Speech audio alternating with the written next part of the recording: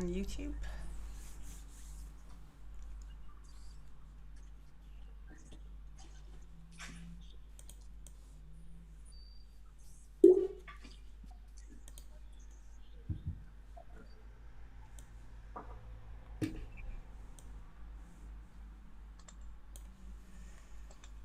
Hi, Drew. Hello. Hi, everyone. Hi. Great. So, hello, everyone. Welcome to our third session of the By Design Talk series.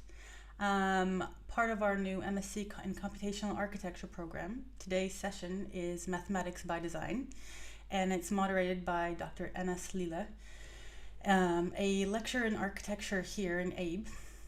He's also an Egyptian-trained architect that defended his PhD in architecture in Cardiff University about data-driven urban design, and have multiple publications in the field of computational architecture and built environment modeling and performance simulation.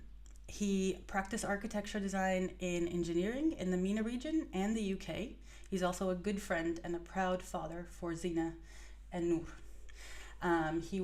I will let him introduce Daniel Piker and Dr. Yahya Lavaf-Pour, and he will moderate the session. Okay, thank you. Thank you, Marat. Hi, everyone. Welcome to today's session from By Design series. So this series is about, we're launching our own master in computation in UWI, and this is basically our initiation for that master. Today, we're having a session about mathematics by design, and we're hosting two esteemed lecturers. First, Dr. Yahya Lavaf-Pour. He's a senior lecturer and a researcher in architecture in UWI. His research interests lie in the exploration of geometrical form in architectural design, bridging between spatial sensibility and responsiveness to the environment and pre-existing conditions. In pursuit of integral theory, his research uses architectural form as the capacity to entangle spiritual, pragmatic aspects of design. His recent works propose to incorporate emotional indices into computer simulation tools addressing empathetic design decisions in relation to the environment and aesthetic of nature. Our second speaker is going to be architect Daniel Piker. He is a trained architect and he works as a specialist in modeling in the specialist modeling group SMG and Foster and Partners. Daniel also happens to be the developer of Kangaroo plugin for Rhinoceros and Grasshopper. His work focuses on the simulation of aspects of the behavior of real-world materials and objects in order to modify designs in response to engineering analysis in what?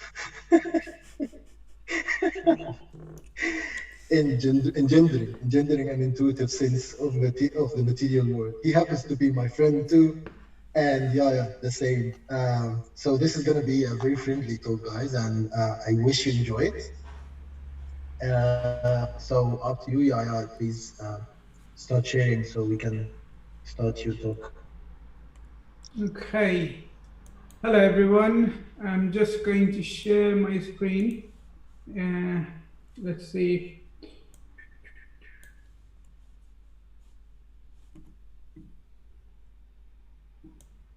Share. Can you see the same slide, Anas, with number 1 on it? Yes, we can see it, yeah. Yes, we can see it, yeah. Okay, fantastic.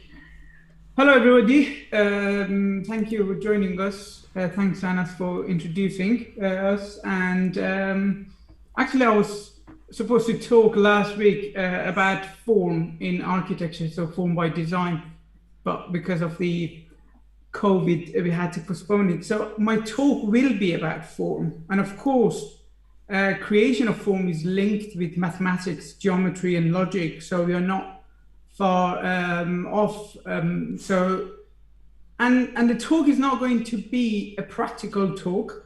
It's going to be more of a theoretical talk and logic behind form and form finding, and a bit of a critique of current approach of form finding in architecture.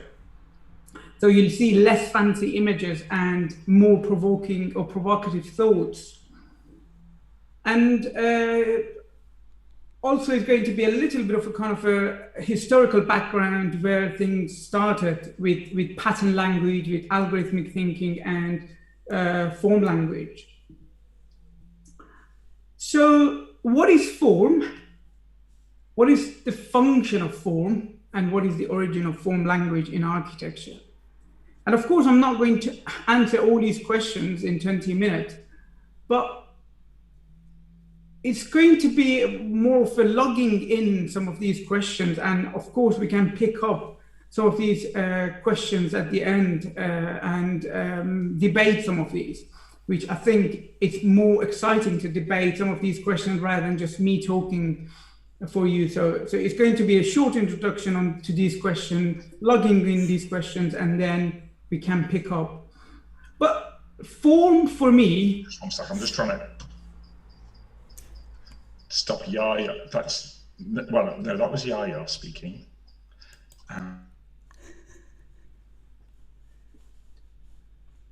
Can I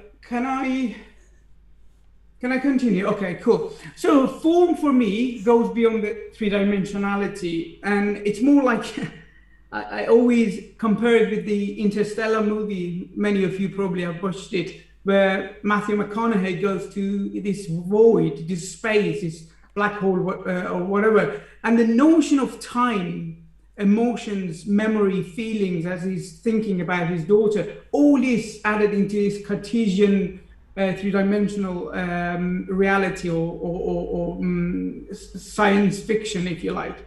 So that the space and the form is not that three-dimensional entity. It's more of a superficial thing, and it is yet a pragmatic and tangible quality attached to it when we design. And form finding here is a very complex exercise, actually, and because of this complexity, and because computers have made the process simpler, not simple, but simpler, the form language in architecture has lost its connection with critical thinking. And probably that's one of the reasons we are bringing this critical thinking into the MSc in computational design, and Merat is introducing this into the course. So I argue that because of this complexity and computers trying to solve most of the problem, they have lost the connection with critical thinking. And because of that, if you think about form as a three-dimensional entity, we'll end up with a dystopian future where architecture is an object, is a three-dimensional object. I'm going to refer to these architectural theorists and also a mathematician who wrote intensively about logic behind architecture, form, and geometrical, in terms of geometrical point of view. And I think Christopher Alexander, which is a very controversial figure, and if you fancy a interesting debate, make sure you have a look at the debate between Alexander and Peter Eisenman. And I think actually algorithmic thinking goes back to Christopher Alexander's theory of pattern language, and his analogy that he compared architectural design and form finding with a game of chess, where a certain stage, at the certain stage of the game, some moves are more appropriate than others because they fit in the context of the previous move.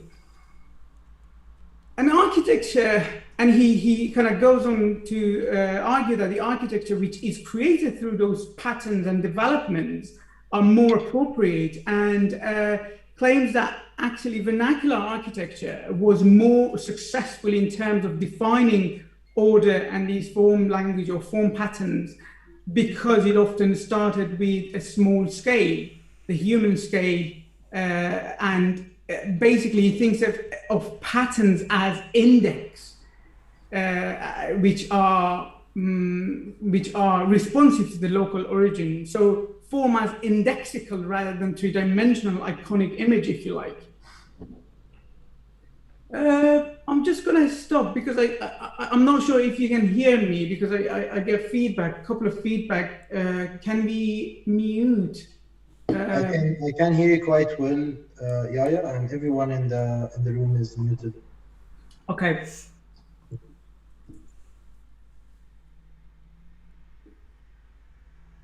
And I think going back to this idea of form being a three-dimensional iconic image or indexical, I think one of the problems of the current approach of designing forms, skyscraper, megaforms, and all these transformation of megalopolises and that is happening around the globe, and they don't deal with the small scale. Therefore, making the form any size of the building, any size, they kind of, when they do that, create the form, they eliminate that step. And therefore, they attach from traditional human values, I believe. And if we don't question these form generations, often created by computers, and of course, due to the complexity of form finding, we need computers. But if we don't kind of critically review and analyze this, we soon will be in a world, in a dystopian future, which with great technology and smart devices and really crap built environment. I mean, we are surrounded by crap architecture already. So the mathematics, simple mathematics for the geeks here. The mathematics start here, looking at the design as a problem-solving exercise, as an, if you want to call it, as an algorithmic thinking exercise. If we take a simple object like a chair, I mean, I'm not going to take a building because the building is very complex. It needs to fit into ecological context, urban fabric, and God knows how many other objectives. I'm going to take this simple object as a chair. And if you think that you think if you have less different choice of material for different part of the chair, then you think it becomes more economical, faster to build it. And this need for simplicity actually conflicts with the fact that form will function better if we choose the best material for each part of the chair, for each separate purpose separately. So that conflict is often an interesting one to look at. And we are talking about a very simple object. And if you have, for instance, for this simple object, x number of variables, and each of which can take n values, you'll have n to the power of x number of possibilities.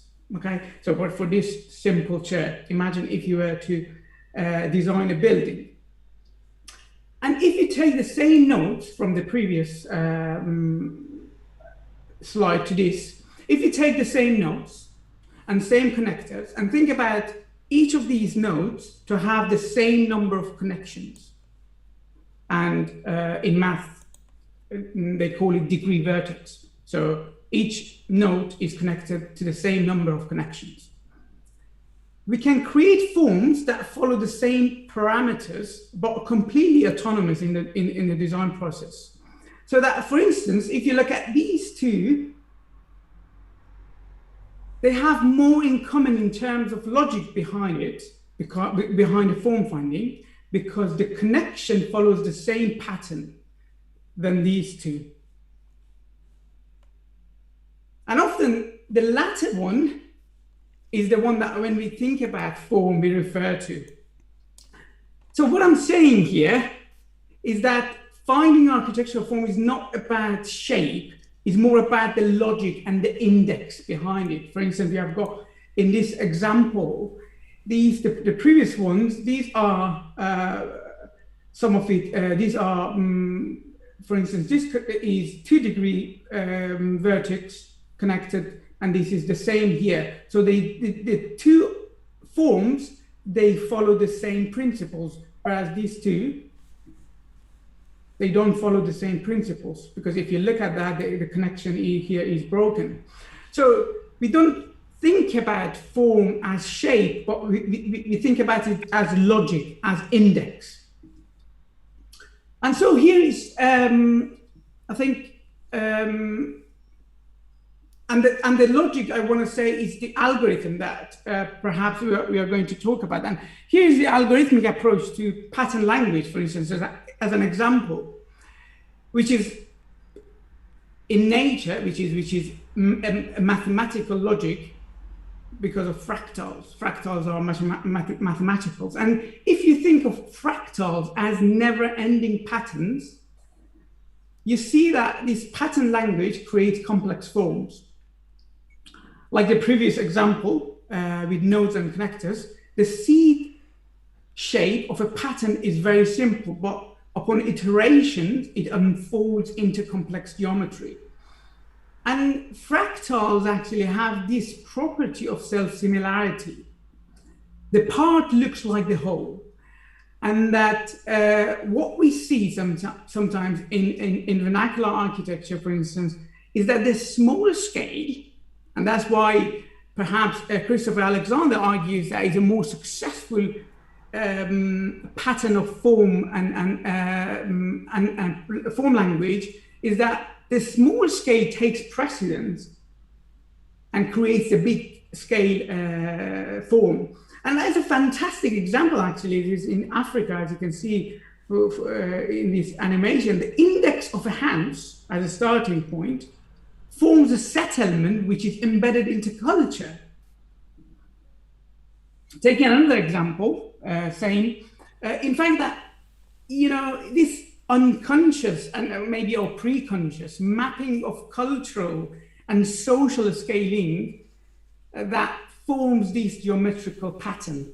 And that is really interesting to look at because as, for instance, looking at this example, as you enter the building and you go through these thresholds, enter inside the building and you move around, the social interaction change, privacy changes, function changes, emotions and interactions with others change. You become maybe more polite, or you change your social behavior, and that fractals actually is a very good example of that pre-conscious or maybe unconscious mapping of culture. And actually, this is how nature operates: the continuous iteration and unfolding of context as an ever intensifying making and unfolding. And when Christopher Alexander was, well, I argue that kind of a algorithmic thinking and always started as he was writing these patterns or his thesis of notes on the synthesis of form. And while he was doing that, those mathematical frameworks that he was writing, Paul Coates and John Fraser, they were searching for this autonomy, space autonomy, and developed this self-organizing system at the AA through algorithmic thinking. And I think the major breakthrough was when around 70s, 80s, Friedrich Nietzsche, the German, you want to call it an artist, or you want to call it a mathematician, or you want to call it a computer scientist. So he's, I think, 3. Wrote this algorithm that could generate randomness. And that was the major breakthrough, because randomness is analogous to human intuition and emotions. And that was when I think a major breakthrough happened there. And probably around the same time, or a bit later, and towards the beginning of the century, where all the computational design was booming, if you like, was happening. Charles Jenks, in his book on cosmogenic architecture, the architecture of the jumping universe, argues how complexity science changing architectural form language. And he uses the fact that the universe is a self-organizing system, and architecture and culture is not accidental and reflects the process of the universe, reflects the process of universe and its energy is tectonic. Remember, first civilization was formed around a particular tectonic, reflects climate, memory, and remember, universe has a rich memory. It's beautiful twists, curves, and fractals. And he's kind of developing this new form of thinking about this new form of emerging complexity science in architecture. And perhaps this theory he had this theory as a rediscovery of things that people intuitively knew. The new language of form in architecture, which is based on waves, twists, fractals, mathematics of fractals, and traces. If you want to go back, if you want to refer to Peter Eisenman's, traces and memory of this place, it's all identical, or it's all referring to that notion of universe modifying and changing. And also, it can be seen in the work of great architects like himself, Peter Eisenman and Daniel Lipskin and Frank Gehry as well, these fractals. And of course, this form finding has to do with iteration, of course. It relates to feedback and self-organizing changes. And all these reflect the past in order to create the new. So, and the computers are well capable to kind of portray this language. And we can see that Daniel Lipskin here has produced a fractal architecture that, unfortunately, it never got built, but that jumps out of the ground in series of, if you like, jumps. These 6 boxes push through each other as a result of unfolding of fractals in a spiral pattern. And interestingly, looking at these fractals, if you like, if you open up these as fractals, each of these fractals are formed based on the existing fabric, based on the pre-existing condition before the building actually was built. And in fact, I want to start making provocative comments here, and I welcome audience questions after that. In fact, nobody has looked at emerging sciences of form finding more than Peter Eisenman. These transformation of form and volumes that deal with superimposition of traces, the traces that we talked about, which are the index with reference to that place that he's designing, and with reference to that place which the building is being built. And in fact, if I tell you that he was kind of he's definitely not listening to me, but if he's listening, probably he's going to kill me. In fact, if I tell you, he was kind of unconsciously the inventor of parametrics. He does borrow a lot from science, and in his architecture, although he says that scientific truths are pretext for architecture, not the justification of architecture, which I totally agree. And I think it's absolutely right to think that way. And also the other radical thinkers like Christopher Alexander would definitely agree with him. Perhaps that is probably the only thing they would agree with each other. And the question actually goes beyond architecture and nature of form finding and form language. It has to do with the idea of globalized vision, which influencing the localized vision. And I think the politics of construction and this globalized vision of form language, pushing the agenda of using a certain construction palette and technique, which are inappropriate to local region, client, culture, and climate, and yet people adopt them, and students adopt them. because of the media, because of the social media and so on. For instance, in the kind of a global approach, the construction industry actually tend to use the same form language, the same form for different culture, different geographical location, different climate, different heritage. And that is why we see the copycat of office buildings, supermarkets, and more embarrassingly, the mass production of sustainable buildings. And perhaps all this comes down to ideology. I think that is very important to look at, especially when we think about critical thinking behind, form language and form finding. And I'm going to put this idea of architectural form within these 4 quadrants and argue that what seems to be missing in current approach of form finding in architecture, at least of what, for most of the cases that I have come across, is that the creation of form in architecture, the current pattern, the current way of thinking about form, is looked at from 1 or 2 of these perspectives or quadrants. And with the advancement of technology and computational platforms, much of the contemporary architecture has focused on and relied on the world of automation, prefabrication, mass production, and simulation, and so on.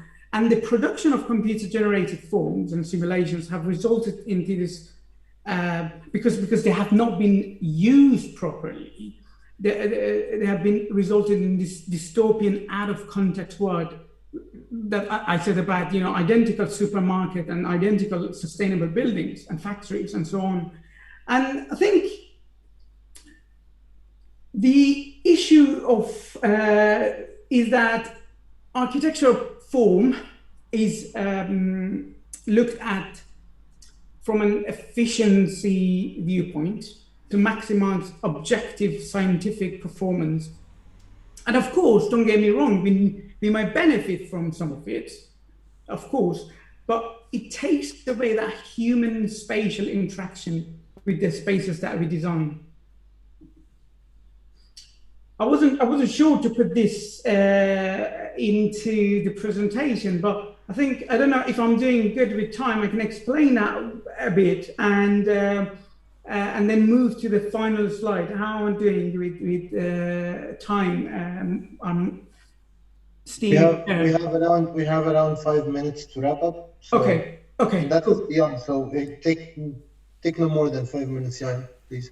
Okay, and based on the arguments presented, my conclusion is, and that is my conclusion, of course, it can be valid, it can be invalid, but the well looked at the research conclusion about form in architecture is that computational design is great to solve objective, scientific, measurable design values, but falls short in responding to intangible design values like human experience, emotions, and human empathy. And one of the projects that I'm involved with, and Murat is involved, we are proposing to kind of incorporate emotional indices into computational platform, and Murat is probably going to be writing that, so she can give you that plugin for free if you email her in a couple of months or maybe year. But the hypothesis here actually is to adopt that algorithmic thinking behind a graph theory. I'm sorry if I use some of the jargon here, but I really can't explain it otherwise. But I can expand on it later if there are any questions. But we're using this graph theory, or if you want to call it, if there are mathematicians there, degree of vertex, as briefly mentioned in the second or third slide with the nodes and connectors. We are trying to investigate this relationship between perceptual dimension and physical space, so metaphysical and physical, to be embedded into computational platforms, so that this and this is a conceptual framework, of course, hasn't been realized yet. This conceptual framework can be added to multi-objective optimization stage of the design, so that the tool is not only dealing with the scientific truth, but can also encode appropriateness. Appropriateness, I mean human empathy, inclusivity, and so on. So that, we've got imagination, the architect gives parameters to the computer. This is the architect who chooses what he or she wants to do. That's the part of the imagination that we always had since the beginning of architecture. And then that's the truth behind the optimization and computational, algorithmic thinking. And now what we are proposing is this, to add appropriateness to the process of design or empathy. And with the hope that computational design can mature and advance enough, and I think hopefully that can be realized, that would be great news for us, but it hasn't yet. So mature and advance enough to create forms that engender human experience above all.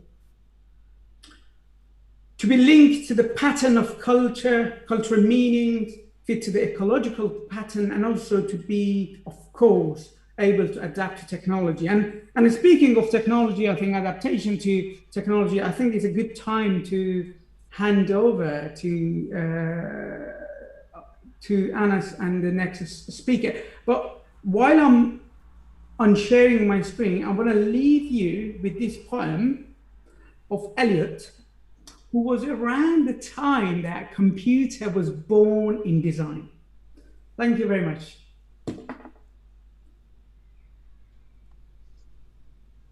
Thank you. Thank you so much, Yahya. It's a deep one. I didn't expect it to be that deep, to be honest. That's a very interesting talk. I can't wait for the Q&A. Now I welcome Daniel. Daniel, if you're ready, please let me. Can you please, Daniel, share your screen and take over? I see your screen now. Yes. Okay, you see the screen? Yep. Hi, thank you. The floor is yours. Okay, thank you, Anas, and thank you, Yahya, for a very interesting talk. I think at the end it will be interesting to try and find the common ground and have some discussion. I'm going to talk in a much more narrow and specific way about what form finding is in my understanding, and give some examples of what it's useful for and the kind of tools that I've been developing for this. And the starting point for this is the work of Gaudi and his hanging chain models. And this, you could argue, is a form of computational form finding, but analog, pre-digital. And here it was about a way of designing compression structures. And then the other great pioneer of form finding in the early days is the engineer Fractal, particularly in the field of tensile structures.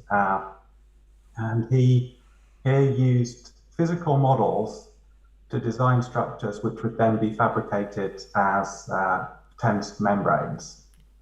So here is the use of soap film with wires dipped in soap film to find what are called minimal surfaces. And this is a model, but it's a functional model. So through the computation, which is done by the material, in this case the soap film, you find a shape which has particular curvature properties, which are then going to be useful when you build it out of fabric later on. And a lot of these examples of form finding are ways of using, in the case of these analog ones, using the rules of physics to derive particular shapes which will perform well in a certain material. So in the case of the hanging materials, This principle of the hanging chain goes back to Robert Hooke. And the idea is that you can take a chain and hang it so it's all in tension, and it will naturally find a shape which is all in tension because the chain has no bending resistance. And that gives you a shape that you can then turn upside down, and you can build it as a stone structure. And that works because the stone structure, it has the reverse properties. You're having everything in compression, but you also want no bending. Because if you make a shape which would put the stone in bending, then your arch is going to fall down. So how is this useful in architecture? One of the key ways here for these hanging forms is that you can minimize material usage. So you can find a shape where you need much less material for the same thing to be able to stand up. So on the left here, we've got just a semicircular arch, and you still need the thrust line of the structure to pass through the material. Otherwise, the thing is going to fall down. And you can design it, it doesn't need to be a form-found shape, but if you use a less efficient shape, you're going to need more material to capture that thrust line so it doesn't fall down. Whereas if you design it through computation so that you actually stay close to the thrust line, you can use much less material. So over the last 10 years or so, I've been developing tools for doing this computationally. So inspired by the work of people like Gaudi and Heinz Eisler and Frei Otto, trying to put some of these tools in the computer for designers to use. And these are some early examples of when people started using these tools for designing structures that would act in compression in this case, or in tension in this one. And how it works. Do you see the video, by the way? Okay. So the tool that I've developed, which I call Kangaroo, it works within a 3D modeling tool, which is Rhino. And the idea was to put some of these form-finding processes in the computer in a way that people can interact with them very early on in the design process. So form-finding tools have existed for long before, but they were mainly in the domain of engineers, and they were quite difficult to use and required a lot of setup, and it was certainly not something you could do immediately. So the idea has been to make these things very fast so that you can actually design with them rather than spend ages setting them up and then waiting for results. And that was some of the very early versions of it, and this over the years I've continued to develop it to get closer to the kind of form-finding models like used by Frei Otto. So in this case, more soap films, even supporting changes in topology. So the idea here is that through an energy minimization process, which I'll talk a bit more about, we're finding a form which is balanced, so all of the tensions balance each other out. And the idea is not that we're not so particularly interested in soap films themselves. Soap films, or the simulation of them, are a way of designing structures, of generating structures in the computer, which would be balanced all in tension. So we take that form where all of the tensions are balanced in an equilibrium, and then we can divide that into strips and cut it and fabricate it and make it into structures out of material. And then expanding on this, going into other types of structures where large deformations are useful and are a key part of the design. So this was some inflatable structures. And the key thing about these, and one of the main areas I think form finding in my understanding of the term is useful, is when you have structures which involve a large deformation of the material from its rest state to the built state. So, for example, if you take a piece of steel You can cut it into almost any shape and put it in a building, and it will stay pretty much that shape, apart from very small deformations. So you don't actually need to involve the deformations so much in the design. Of course, you still need to analyze and make sure it's going to be stable.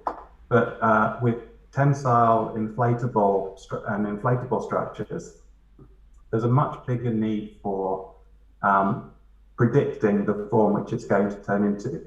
Because you have your net or your fabric, which starts out as flat sheets or rolls, and you turn it into something a completely different shape or negatively curved. And you need a way, if you're going to design that, then you need a way to predict that, and ideally through model making or through the computer.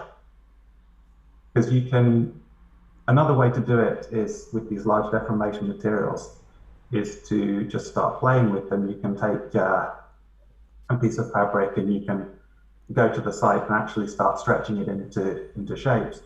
But on a larger scale, when you get to real buildings, you need to be able to predict and build your foundations and design everything else around it. So you can't, it's not good enough to just wait and see when you get there. You need to design in advance. And these shapes, they can't form, certain materials can't form arbitrary shapes. So if we want to design a balloon, if we just draw it on the computer and we say the balloon is going to be a cube, we can't actually inflate the balloon into that shape. Even if we 3D print the rubber, we're not going to make a balloon which blows up into a cube unless we add extra frames or other structure. So we really need tools which can let us design within the range of allowable forms for the type of structure that we're building.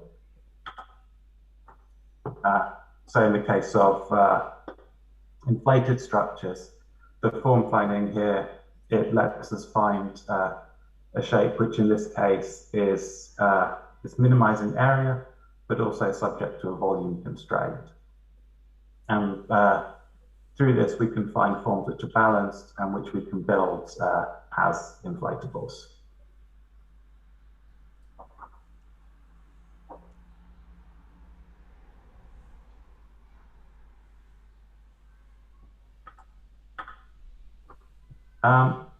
Another area where form finding is useful in design is in what are sometimes called bending active structures. So this is particularly for wood structures. Sometimes you build with very thin timber laths, and you need to predict the shapes that they're going to bend into. So in the software, calculations which will predict these shapes, which are called elastica curves, and then you can design, in this case for grid shells, structures where you're going to have these large deformations of the material. And almost all these examples, they're quite lightweight structures. So that's one advantage of form finding, is that you can use it to design structures where you actually make use of the deformation of the material. So rather than trying to make something very rigid and monolithic, you can actually use you know it's going to deform, but it's going to deform in a particular and controlled way that you've predicted, and that can allow you to make much lighter buildings. So jumping up a few orders of magnitude in scale, so I'm also working for Foster and Partners and applying some of these techniques in larger scale architecture. In this case, this was a design a few years ago for a international airport in Mexico City. And there the use of form finding was to, again, find these catenary forms so that you minimize the amount of bending and reduce the amount of material in the roof structure. Construction on that one started, but didn't continue for reasons I won't go into here. But I've also very briefly, I'm not going to get very technical, but I'll talk a little bit about what the actual techniques involved are. And so the main idea here is energy minimization, and the technique used in Kangaroo is what's called dynamic relaxation. Was first described in 1965 by an engineer called Alistair Day, and the idea is that you basically let things bounce around until they settle somewhere, to put it in a very loose way. Basically, you start with something where the forces are not balanced, so maybe there's gravity applied and it's not fallen yet, and you apply these forces and critically include some damping, so you remove a little bit of energy from the system, and eventually you find a minimum of these potential energies. So the combined potential energy is minimized, and then you've got something which is in equilibrium. And the nice thing about this is it's just physics. It's just what happens in the real world. So it's quite intuitive, and it's quite recognizable. That I think can be helpful in terms of designing with it as a tool. Now, over the years, the sort of area of applications of the tools expanded quite a bit. So it's still all dynamic relaxation, but now for much wider ranges of things than just tensile and catenary structures. So here, this is finding shapes where certain constraints are met. So you can have geometric conditions of area or angles or volume, which are enforced and put into the design tools so that you can design within, while keeping certain conditions true. This has applications for things like origami, so you can simulate folding structures. This was used for simulating folding metal for some robotic folding, so you can predict the path that you need to move the robots to in order to fold the sheets. You can also use it for finding developable surfaces. So this is quite a broad overview of the types of application for it. So in this case, starting from a smooth form and trying to break it down into developable regions, so areas that we could cut from a flat sheet material. Or reciprocal structures. So this is Leonardo da Vinci designed various reciprocal structures, and if we want to do them on more free-form shapes, then there are geometric conditions which we need to meet in order to be able to build these. So in this case, on the top right, it's this condition about the distance between the center lines of the cylinders. And if we satisfy that, then we can build, in this case, this was a workshop in Italy I did years ago. And we had very limited fabrication facilities there.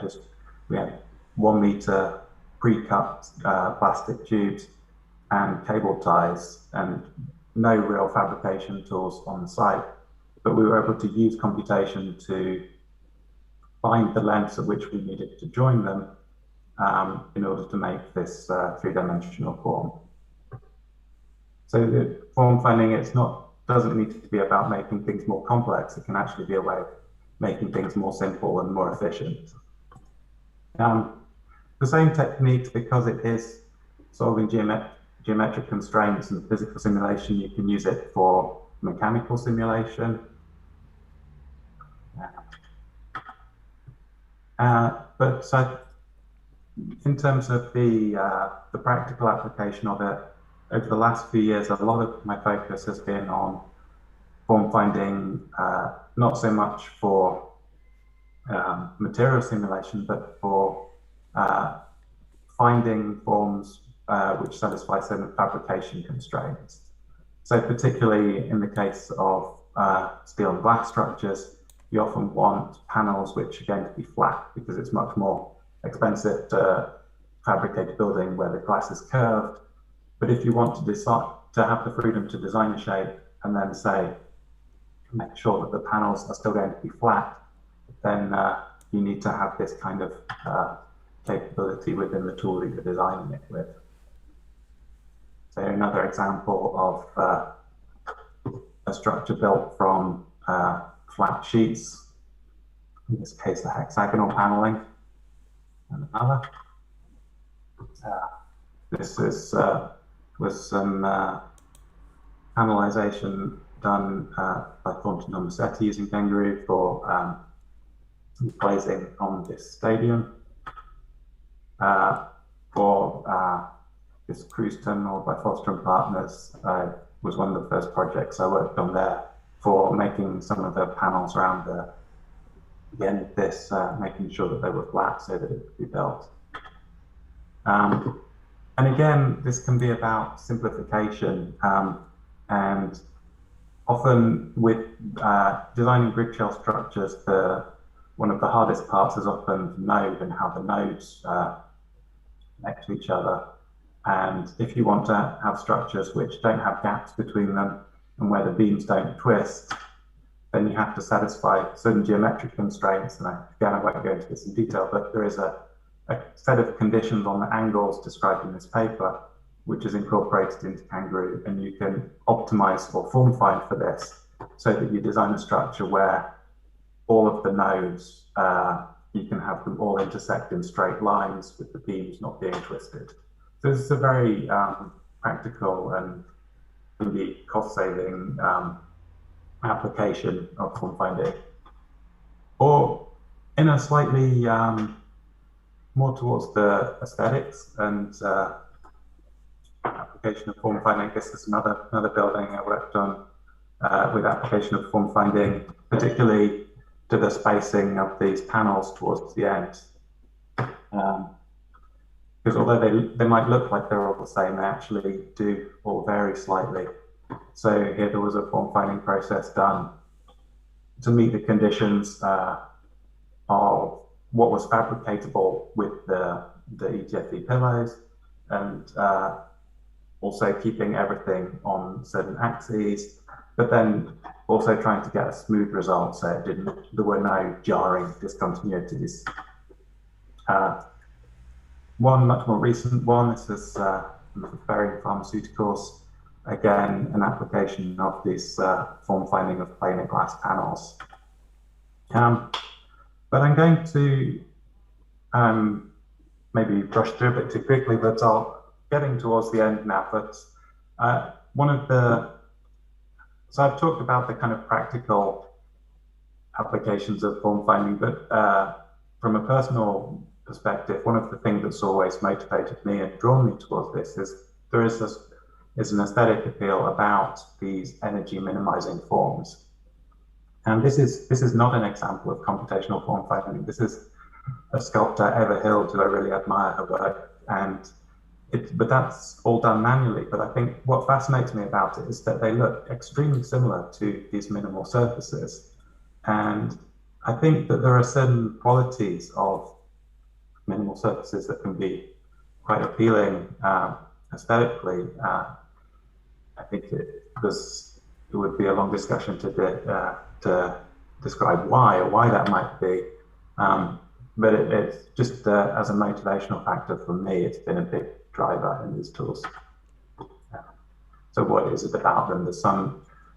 I think we have some degree of sense for when these things are in equilibrium, when they are balanced. But wrapping up, so this is my understanding of form finding, which I think, as I say, it's probably a bit more constrained than what Yahya talks about. But I distinguish form finding from more general computational form generation. For me, form finding is when you're using a process to narrow in. So you may set up initial conditions and the designer has some interaction, but you find an optimum in some sense, and it's up to you to define what it is you're optimizing for and what the applications of that are. But the particular applications where it comes in very useful are designing structures with large deformations, so particularly fabric structures, tensile structures, which we've seen a lot of around Bristol in the last year or so, or inflatable structures, ridge shells, that kind of thing, where you're not just cutting a piece of rigid material and putting it in place and it keeps that shape. Also shapes which more efficiently resist loads. So if we're trying to build a compression structure, then we can design a structure which actually is ideally shaped to resist compression loads from its own self-weight. We can satisfy systems of constraints for fabrication, such as planarity or details on the nodes, and we can find what I think are smooth and balanced aesthetic forms. So I'll wrap up there, but I'm really interested to talk more and figure out how these different ideas of form finding connect. But thank you. Thank you so much, Daniel. Again, another interesting. I'm humble, guys. We're friends, but I don't know that you have a serious face, both of you. So yeah, this was great. I'm lucky to have this session. For the audience in Zoom, and if you're watching us on YouTube, please feel free to post your questions, and until we have a couple of questions between us. So we will have a discussion for the panel for 10 minutes, and then another 10 minutes for your questions. So please don't hesitate for posting your questions in the chat box here or in your chat box on YouTube if you're watching us there. So to pick up from you, just what you just ended up with, Dan, your personal motivation, because again, we're talking about, we're initiating a master course. And usually, since I converted my religion into computation, I receive this question a lot. So I usually share my own personal reflection on why would I start to play with geometries and stuff, and also with the critique that Yahya have showed us. Why would you start this at the beginning? What actually motivated you to start going that far as an architect to play with geometry to that limit of mathematics and to that limit of complexity?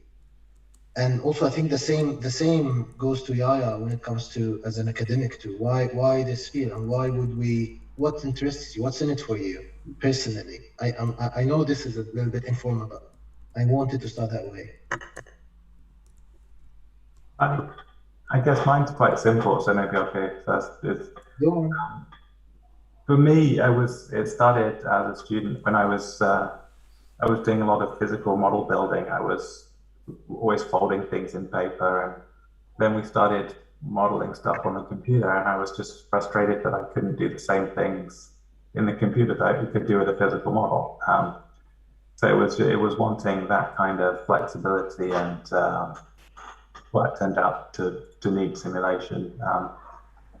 I mean, it's morphed into many other things since then, but that was my initial impetus. Okay, and how about you, Yahya? So the question is why I'm interested in form finding or form, yeah? Mm-hmm. Okay, first of all, just thank you, Daniel. It was really interesting, actually. And I think one of the quadrants that I was showing you have presented that very well. So yeah, it was really interesting. But for me, form and geometry and form finding, I got interested when I started architecture.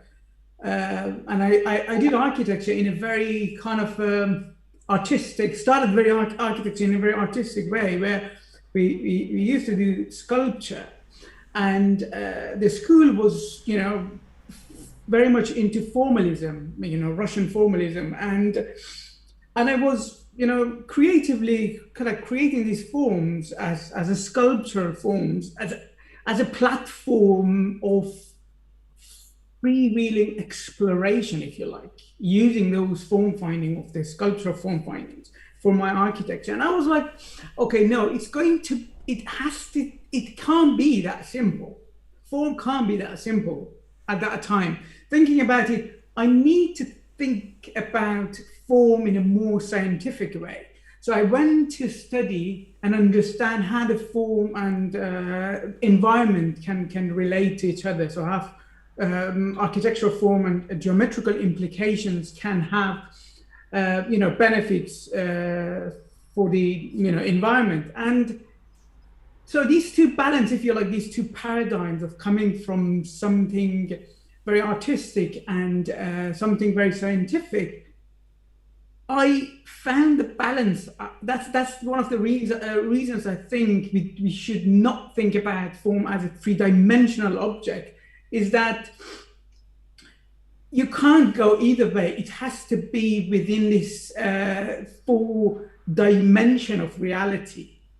And I think that is one of the reasons that I'm really interested in architectural form, is that it has this supernatural thing and very tangible as well. Exactly, is a kind of like architecture, which you've got these dreams that they have to come to a concrete reality. So I've always been interested in it because it is that dream that comes true, if you like. But one of the reasons that I think you need to dream about form in a way that it doesn't deal with three-dimensionality. It deals with indexical and multiple layers of information. You should not be able to decode form into one, if you like, dimension, and it has to be a multiple layers. And that's why I've built up this multiple layers. So I've looked at both sides of the paradigm, if you like, and I'm really interested because it has this dual kind of dimension to it. Okay, well, again, nice answer. So I have a couple of questions here I wrote, but from the multiple layers you just mentioned, Yahya, I see as a person who actually deals with these stuff, I see multiple layers of resistance when it comes to computational stuff, when it comes to form, when it comes to application of this. In general, there is a multiple layers of resistance that we see when it comes to the market, when it comes to education, when it comes to even as an architect, why would I get into this? Why as an architect would I need to use Kangaroo, for example, for a project that I had? Why as a student would we always get these questions. As a client, how would I convince my clients to this approach of design, that there is another approach than the traditional or the conventional one? What does it add to the process? These layers, how do you see these layers? And there's also another layer of the developing countries and the modern, the countries that already have the luxury to build buildings that way, or maybe the firms or the developing countries architects, let's say so. As an Egyptian, I'm saying that. So how far would you see computational methods or form finding methods in architecture, using computers, of course, going to be applied globally, or is it going to be moving forward or developed to be just a fancy kind of tool or a fancy kind of approach that we feel like, yeah, this is the work of Foster and Zaha and Atkins and blah, blah, blah. But then the normal guy wouldn't see this in their house? Or would you see that this is happening soon, that at some point we will have a form found chair sold and printed somewhere in I don't know, in New Delhi, or somewhere in Egypt, or somewhere in the informal settlement, somewhere that people actually print the furniture, print some shit. How do you see this happening? Or do you see this is impossible to happen? A question again for both of you, whoever wants to start. I mean, I can start.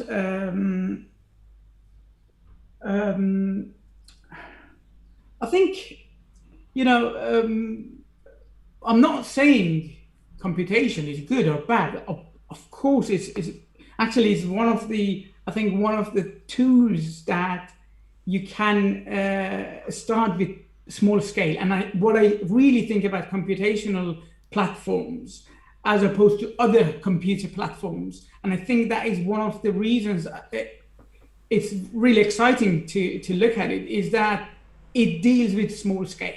it starts with those fractals that I mentioned to create form. So I'm not saying it's good or bad. I'm not saying it's bad. Of course, it's not the case. But what we are doing, especially now in our building, is that the building's becoming technically better, more, structurally sound, more energy efficient, less leaky, more insulated, all these things. But at the same time, buildings becoming progressively soulless. And that is the reason, I think, if you can fix it, and that's the reason I think this project that we are doing, trying to incorporate this human spatial interactions within the computational platform. If you can fix that, I think it is very exciting. It has a very exciting future, and I think many really good architects that I think personally, again, we can have opinion from the panel or audience, but some architects like Tom Main is using a lot of computation and is doing a fantastic job, and Peter Eisenman and many. But what they do, they deal with the index again, and that is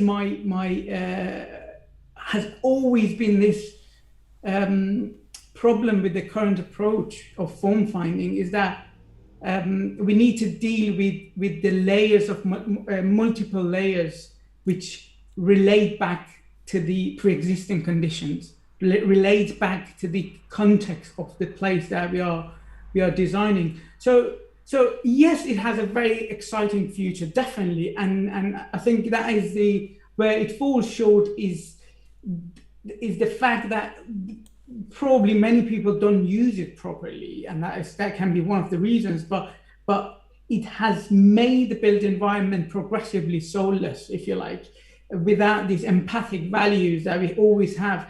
And I don't know, just to stop me if the time is running late. We are running late in that. But I think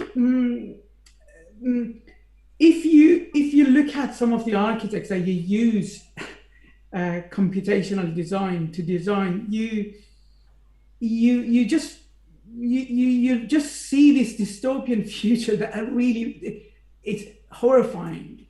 But at the same time, you see architects that they use computational platforms and they produce great architecture. So in terms of how you use it, that is a big question. But the one shortcoming of the computation is that a lack of empathic understanding.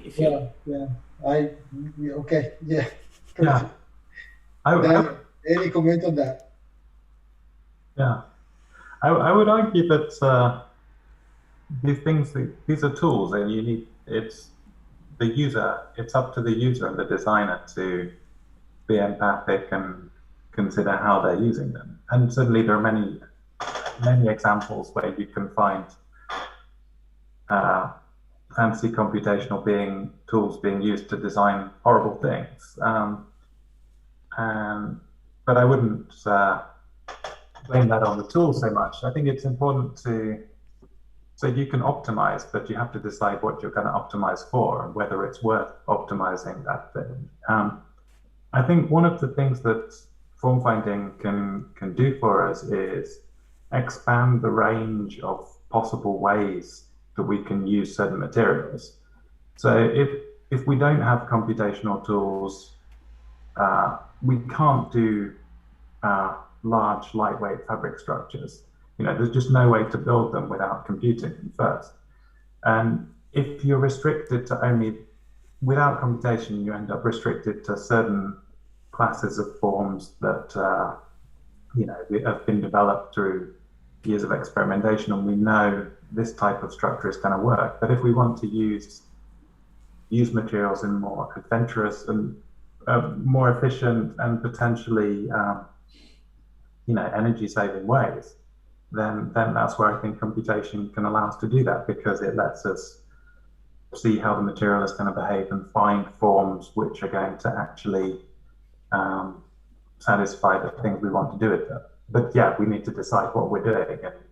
I do second this. Yes.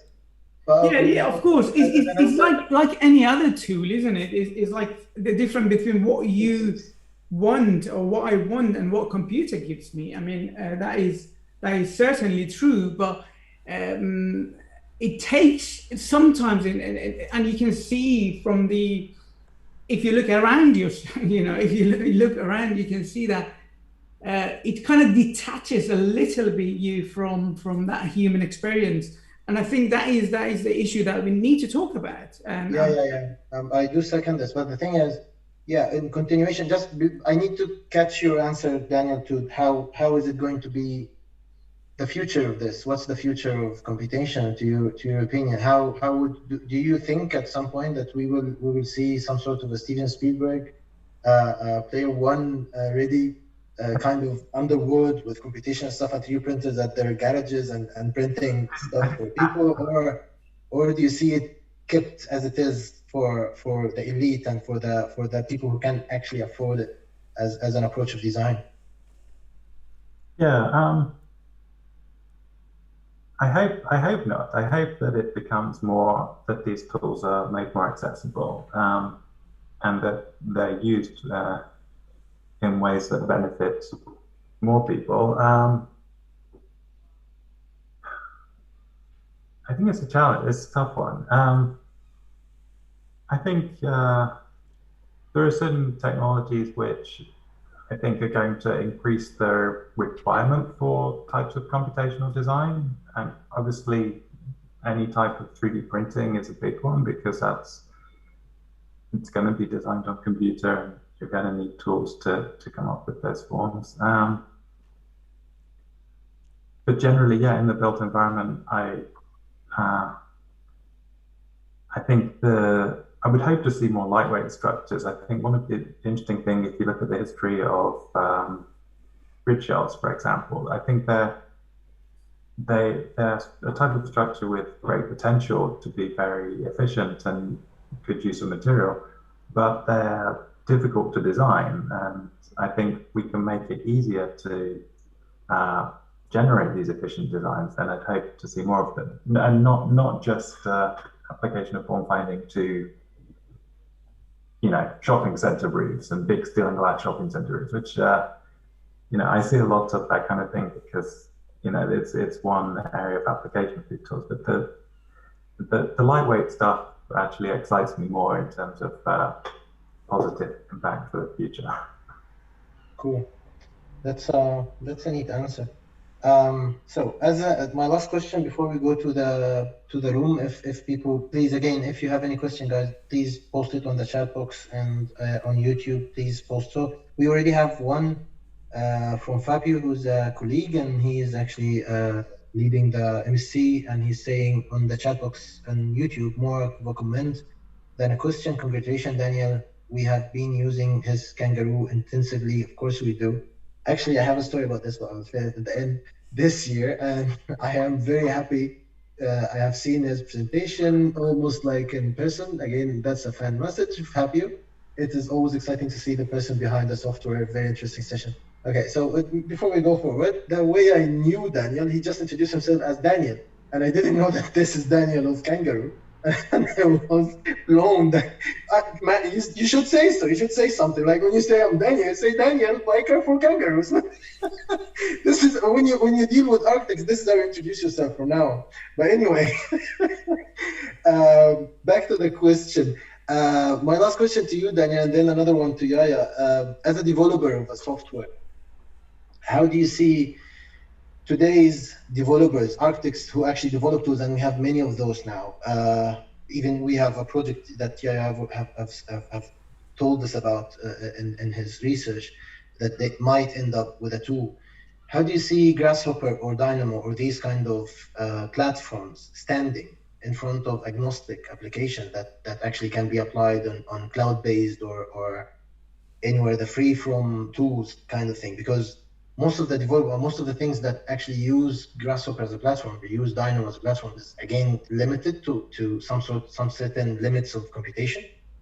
Do you see that the next session or maybe next year, we will have Kangaroo and equivalent cloud-based and it's going to be all over the place, and there is no Grasshopper anymore, or Grasshopper will stand as the tool, and Dynamo, of course, and these kind of conglomerates of computational tools going to be standing, and it's not going to be going anywhere. Are we going to keep using these tools, or are we going to have again? I don't know. Like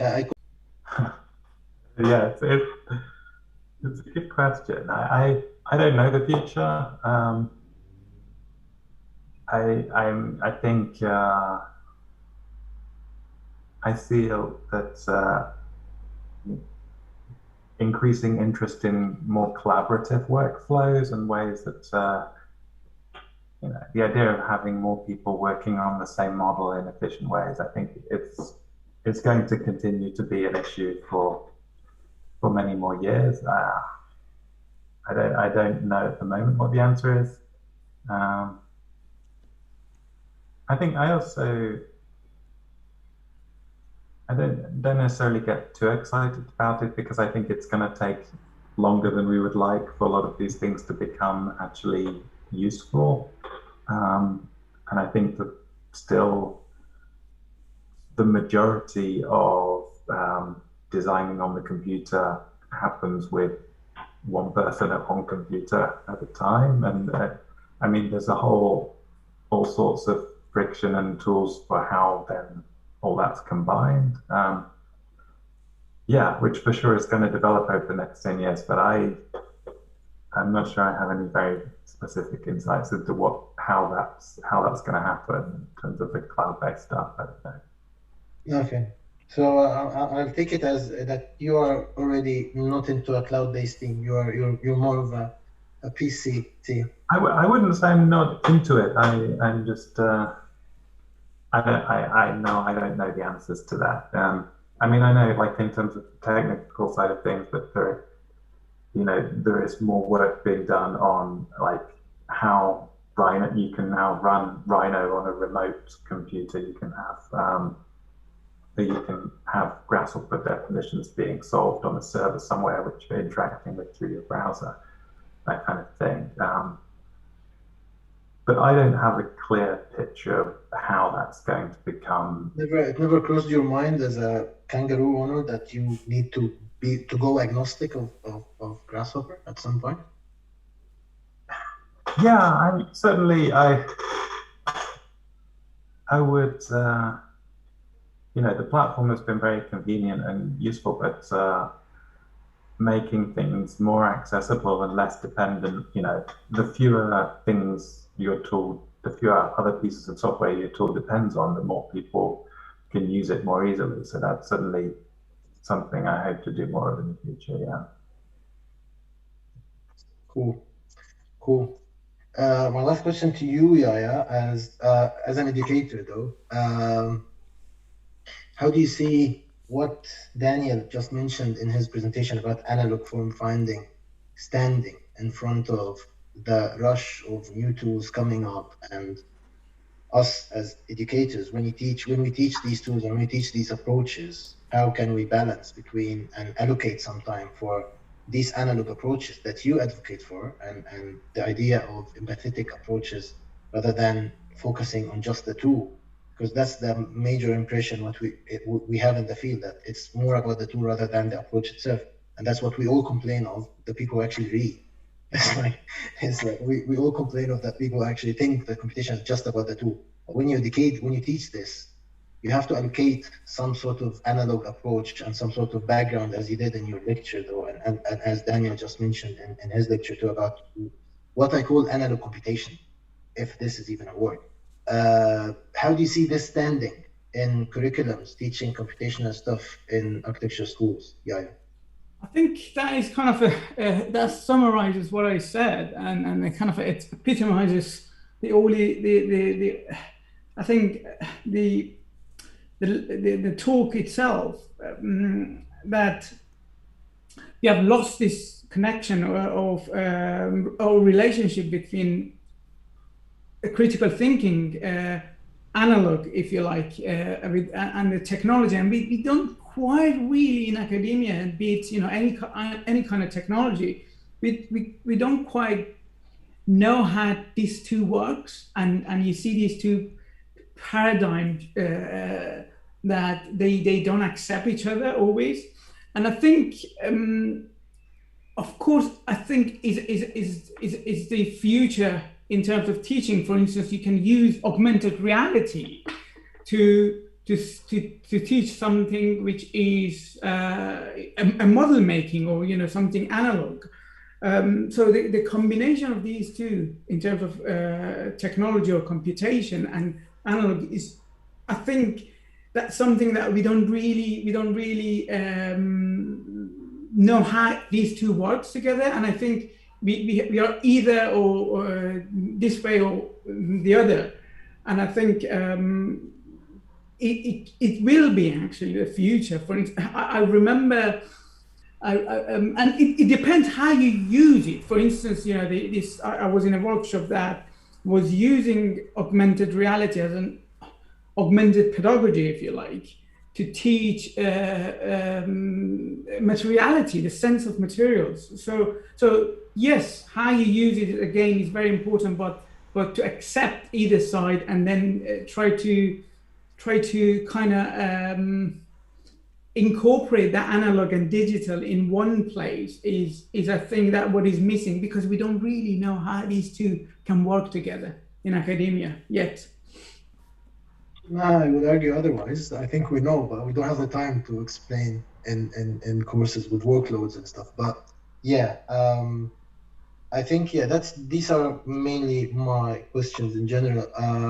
I take it to the floor. If anyone have, we already exceeded the time, but if anyone have some questions or comments, please feel free to shoot it in the chat box here in Zoom or in YouTube.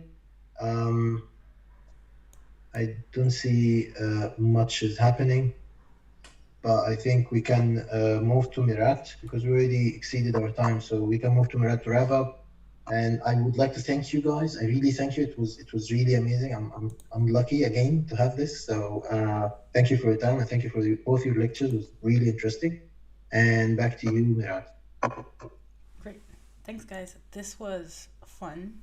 For the people out there that are having a bit of whiplash, this is what we hope the MSc is going to be. It's going to be technical, it's going to be theoretical, it's going to be essentially a new way, as Anas puts it, a new religion of sorts.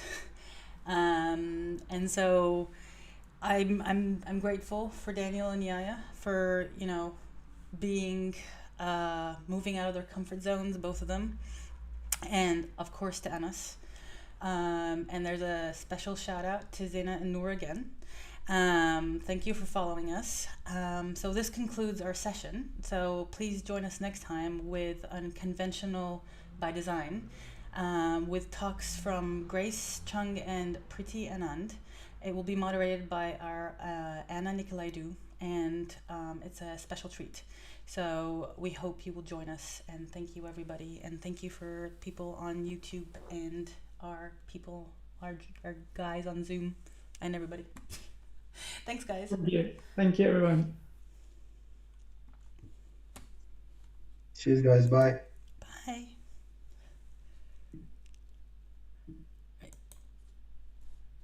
Ending stream.